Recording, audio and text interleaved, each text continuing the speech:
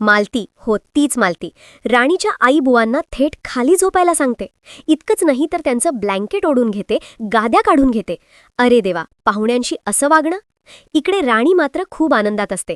आई-बुवा घरी आले, डोळ्यात सुखाचे अश्रू. पण हा आनंद फार काळ टिकणार नसतो, कारण घरात सुरू असतो अहंकाराचा खेळ.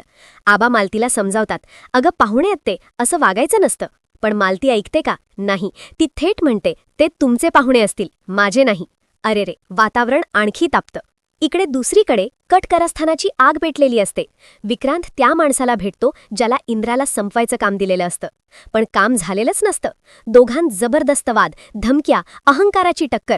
मी महाडिक इंडस्ट्रीजचा वारसदार आहे. आणि समोरचा म्हणतो, तुझी सुपारी मी स्वतः घेईन. हे ऐकून अंगावर काटा येतो मंडळी. पुन्हा घरात राणीच्या आई-बुवांच्या मनात अपराधी भावना. आपण इथे राहू नये, लेकीच्या घरी राहणं योग्य नाही. ते निघायचा निर्णय घेतात. पण तेवढ्यात इंद्र येतो. तो प्रेमाने समजावतो, हे तुमचंच घर आहे, मन मोकळं राहा.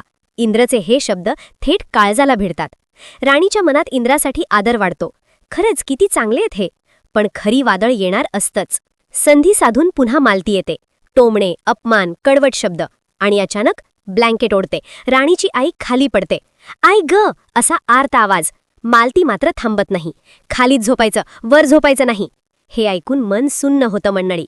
सकाळी इंद्र घरी येतो. औषधं, फळं, पट्ट्या सगळं घेऊन. तो राणीच्या आई-बुवांची काळजी घेतो. पण मालती आणि उर्मिलाच्या मनात जळजळ. आमच्यासाठी काय आणलं? घरात पुन्हा तणाव. राणीच्या आईला पाणी हवं असतं, पण मग रिकामा. ती स्वतः उठते. हे दृश्य पाहून डोळे पाणावतात मंडळी, आता प्रश्न हा आहे की पहिलं, मालतीचा हा अन्याय किती दिवस चालणार? दुसरं, विक्रांतचा कट कधी उघड होणार? तिसरं, इंद्राला खरी गोष्ट कधी गाळणार? पुढे काय होणार बघा. आता खरी गोष्ट समोर येणार आहे. नवीन आहे बघत असाल तर सबस्क्राईब करा आणि फेसबुकवर बघत असाल तर पेज फॉलो करा. आणि तुमचं मत काय आहे हेही आम्हाला कॉमेंट बॉक्समध्ये नक्की कळवा.